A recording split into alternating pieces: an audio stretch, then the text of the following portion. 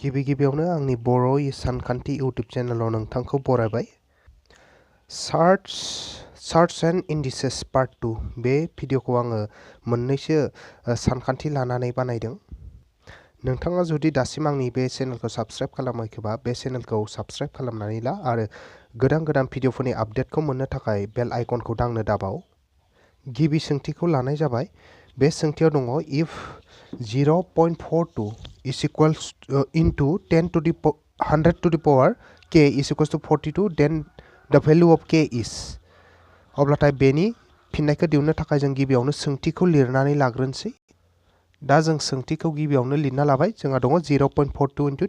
100 to the power k is equals to 42। अब्लानिया बेखौ खालामनो थाखाय जों मा खालामबाय, गिबियावनो 100 to the power k खौ लाखिनो हाबाय। ओमफ्राय नैबे बेखौ लाखिनो हाबा मा जागोन, 0.42 आ बेजों सानजाबना दंमोन नालाय जोंहा आगदाखै थानायखौ डिभाइड खालामहैगोन 42 खौ। 0.42 आ डिभाइड खालामहैबाय। दा आगसिनायैनो थाबाय 100 to the power k आनो थाबाय। बेनिफ्राय उनाव नैबे आगदानिखौ जों मा खालामगोन, गाहायाव जिहेतु पइन्ट दं नालाय पइन्टखौ गैया खालामगोन। अब्ला पइन्टखौ गैया खालामबा पइन्टनिफ्राय बेसेबां बारबोनांगोन बियो।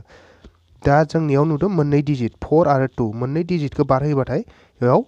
दशमिकआ गैलिया। अब्लानिया मा जाहैगोन, जे गोजौआव 42 दंमोन 42 दंमोन। दा गाहायनिया मोननै डिजिट बारनाय लोगो लोगो गोजौनिजों 0आ मोननै फैदेरगोन। अब्लानिया दा जों मा खालामनो हायो, 42 जों 42 100खौ डिभाइड खालामनो हायो। डिभाइड खालामबा बेसे मोनो, 100 मोनो। अब्लानिया मा थालांखो बेयाव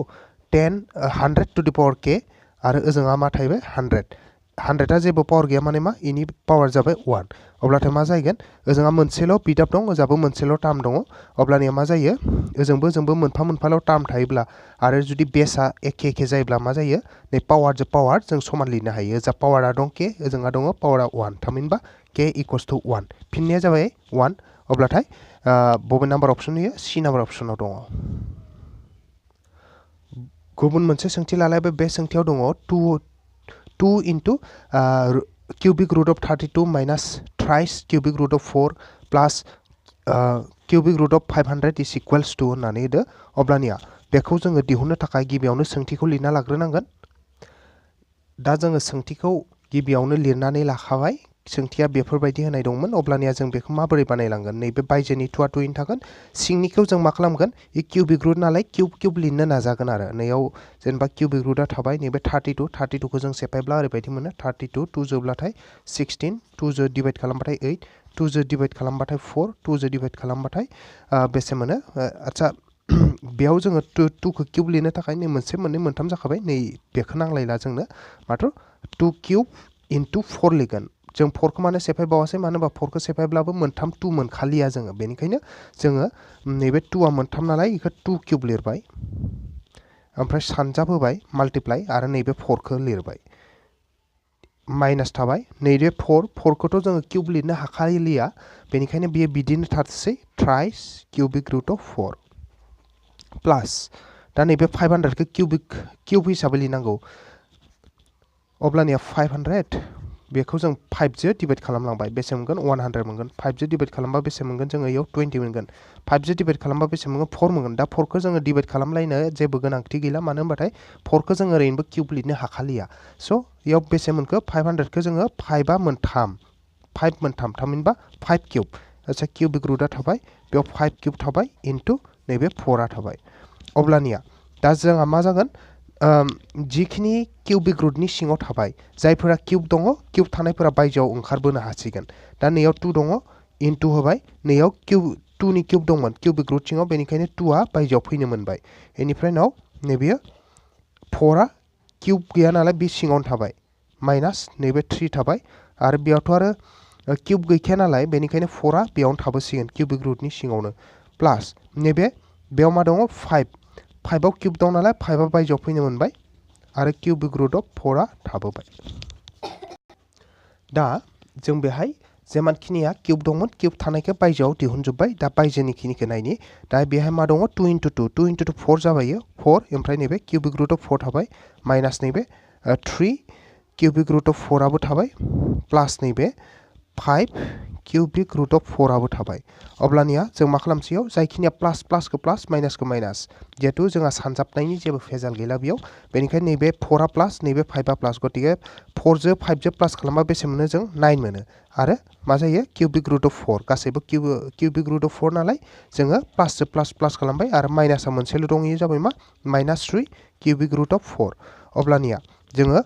9 ता 9 ता cubic root of 4 निफ्राय मोनथामखौ जुदि cubic root of 4 खौ माइनास खालामना होयो अब्ला 9 निफ्राय 3 थांबा बेसे 6 cubic root of 4 अब्लाथाय बे फिननिया बबे नाम्बार अपसनाव दं बेयो नैबे सी नाम्बार अपसनाव दं गुबुन मोनसे सोंथि लालायबाय बे सोंथियाव दङ which is greater दा बे सोंथियाव जों अबे मोनसे देरसिन बेखौ दिहुननांगौ बेयाव दङ cubic root of 4 cubic root of 6 6 root of 15 12 root of 245 अबे मोनसे देरसिन दा बेखौ जोङो दा जों बेयाव डाइरेक्टयै सायख'नो थाखाय एसे दिगदार जाना दङ मानो होनबा cubic root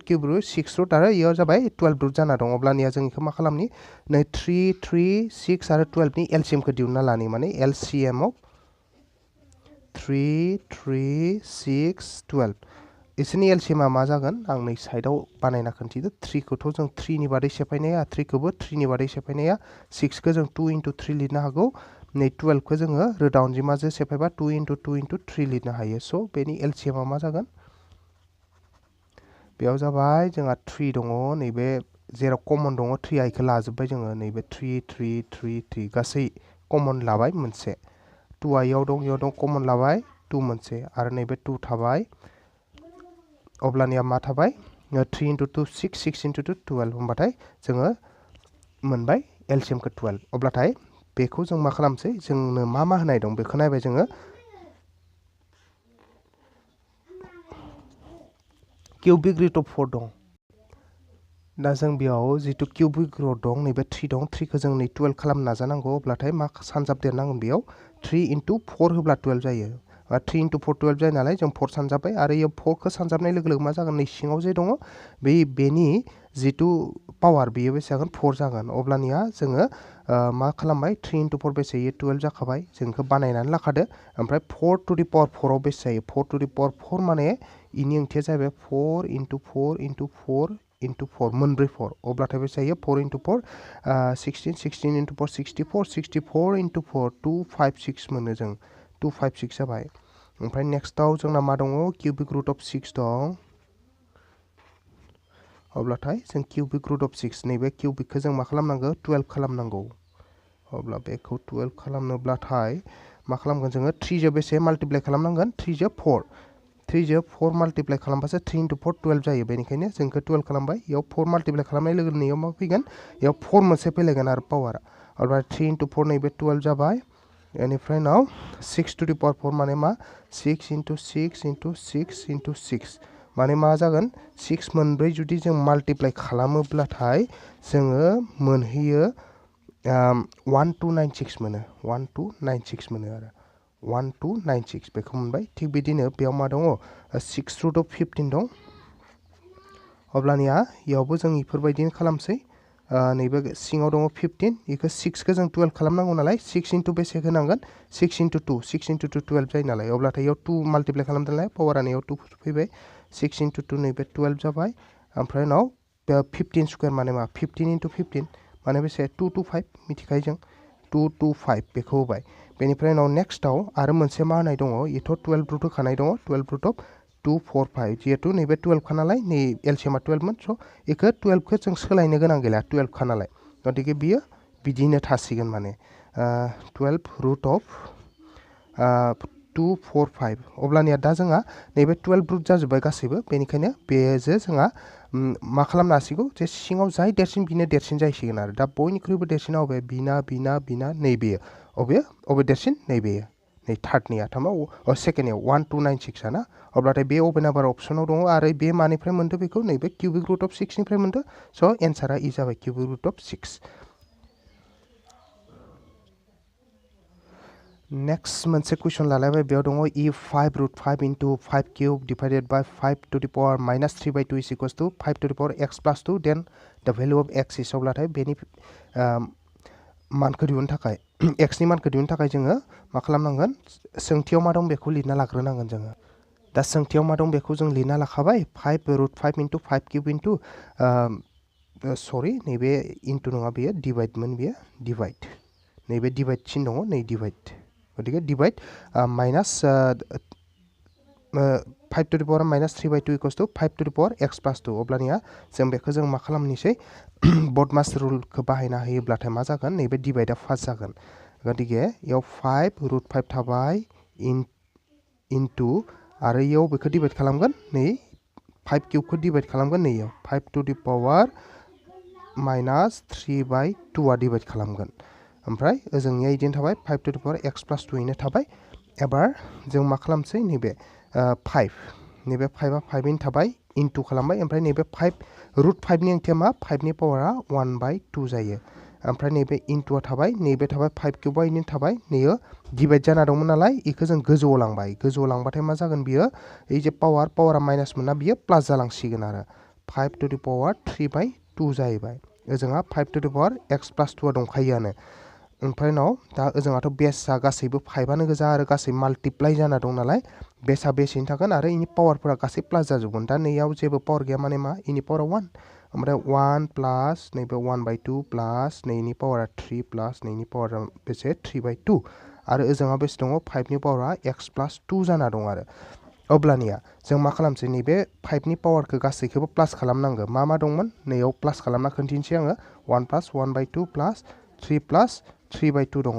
अब्लानिया याव जों एलसीएम लाबाथाय मा 2 2 नालाय 2 आनो जागोन आरो नैयाव इनि सिङाव जेबो गैया नालाय डाइरेक्ट एलसीएम जों माल्टिप्लाइ 2 into 1 2 ए 2 जो एबार नैनि गाहायाव 2 दंलाय 2 जो 2 डिवाइड खालामबा 1 1 into 1 1 आनो इनि सिङाव जेबो गैया नालाय डाइरेक्ट माल्टिप्लाइ एलसीएम जो 3 into 2 6 प्लास इनि गाहायाव 2 दंलाय 2 जो 2 एलसीएम को डिवाइड खालाम 1/1 into 3 3 आनो अब्ला बे जाबाय 2 इखौ प्लास खालामजोब इजो 9 ये 10 ये 12 जाबाय अब्लाथाय 2 जो 12 को डिवाइड खालामबा बेसे 6 होमबा बेसे मोनबाय 6 मोनबाय माने इखिनिखौ गासैखौबो प्लास खालामबा जों 6 मोनो बेसआ बेसेनि थाबाय आरो पावारखौ बेसे मोनसे जों प्लास खालामना नैबे 6 मोनदों बेनिखायनो 6 लिरबाय आरो जोंहा 5 पावारा x plus 2 थाबाय होमबा ओरै जाबाय ओजोंहा मोनसेल' टार्म ओजाबो मोनसेल' टार्म थाबाय आरो मोननैनाव बेसआ 5 5 गेजेराव इकुवेल दं अब्ला मा जागोन पावार जोङो इकुवेल लिरनो हायो माने 6 थाबाय जोंहा ओजों पावारा मा थाबाय x plus 2 माने नैबे केन्सेल आरो नैबे बेस केन्सेल एखे नालाय अब्लाथाय जों x खौ हारसिं खालामनानै 6 नै प्लास 2 खौ जलाबा -2 जाबाय ओजा x थाबाय अब्लाथाय मा थागोन इयाव 6 निफ्राय 2 थांबा बेसे 4 ओजोंहा x थाबाय माने x नि भेलुआ बेसे जाबाय 4 जाबाय होमबाथाय बबे नाम्बार अपसनाव दं 4आ नैबे ए नाम्बार अपसनाव दं नेक्स्ट मोनसे सोंथि लाबाय बेयाव दङ if 3 to the power m square divided by 3 to the power m आरो within bracket to the power 2 आरोबाव ब्रेकेट क्लोज खालामनानै पावारा 1/2 दं इक्वल्स टु 81 जायो अब्लाथाय देन फाइन्ड द भेल्यू अफ m नि मानखौ जों दिहुननांगौ अब्लाथाय जों गिबियावनो सोंथिखौ लिरना लाखानोसै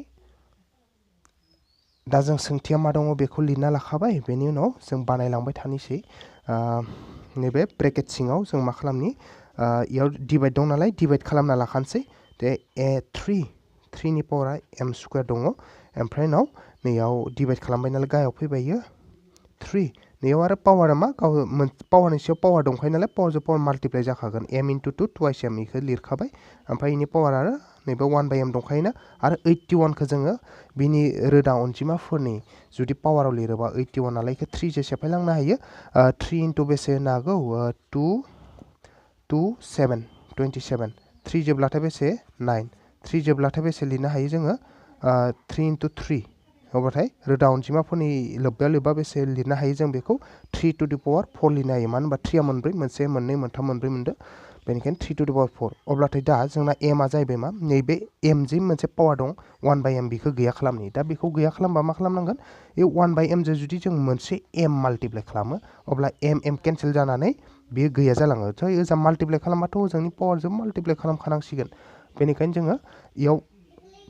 m खौ माल्टिप्लाइ खालामनायखाय नैजानि पावारावबो m खौ माल्टिप्लाइ खालामबाय अब्लाथाय नैयाव गोजौ गाहाय पावारावनो मा जाबाय m केन्सेल जाबाय माने जेबो गैला 1 ल' थाहैबाय आरो हा एबार नेक्स्ट जोंहा मा थाखो बेयाव ओरै जाहैबाय आच्छा नेक्स्टआव जोंहा मा जाहैबाय नैबे बेसखौ बेस एखे ओमफ्राय माल्टिप्लाइ डिभाइड खालामलायना दं अब्लाथाय मा जायो बेसआ बेसैनो थाबाय गोजौनि पावारनिफ्राय माइनास जागोन नैबे गाहायनि 2m अब्लाथाय नैबे ओजा बेसआ बेस थाबाय 4 × m 4m जाबाय आरो अब्लानिया जोंहा ओरैबायदि जाहैबाय दा जोंहा मा जाहैबाय ओजोंबो बेसआ 3 दङ गेजेराव इकुवेल दङ मोनसेल' टार्म नालाय बेस एखे नालाय बेसआ केन्सेल जानानै पावारजों पावार समान जागोन माने मा थाबाय इयाव m² - 2m आरो ओजा थाबाय नैबे 4m पावारा थाबाय अब्लाथाय जों मा खालामनि नैबे 4m खौ ओजा लाना फैनोसै नै m² - 2m माइनास प्लास 4 आ जोबफैबा -4 जागोन ओजोंहा जेबो गैया 0 थाबाय अब्ला नैबे m² थाबाय -2m -2m -4m अब्ला मा जागोन m नि थादेरै -2 -4 होमबा -2 -4 -6 जाबाय -6m = 0 होमबाथाय जों मा खालामसै एबार इसोरनिफ्राय m खौ कमन लानो हायो जोङो m खौ कमन लाबाथाय मा थागोन इयाव नैबे इयाव m मोनसे थाबाय माइनास इयाव मा थागोन 6 थालांगोन मानो होनबा m × m² माइनास थाबाय m × 6 6m ओजा 0 थाबाय दा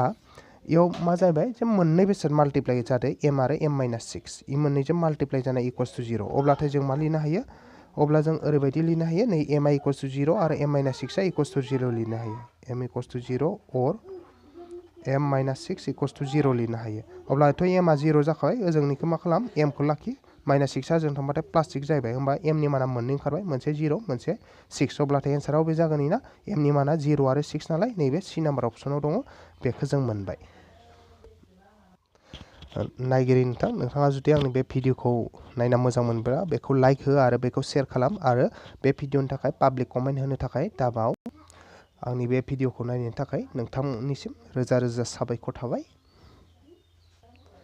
जय बर' रावनि जय बर' हारिनि गोजोन्थों।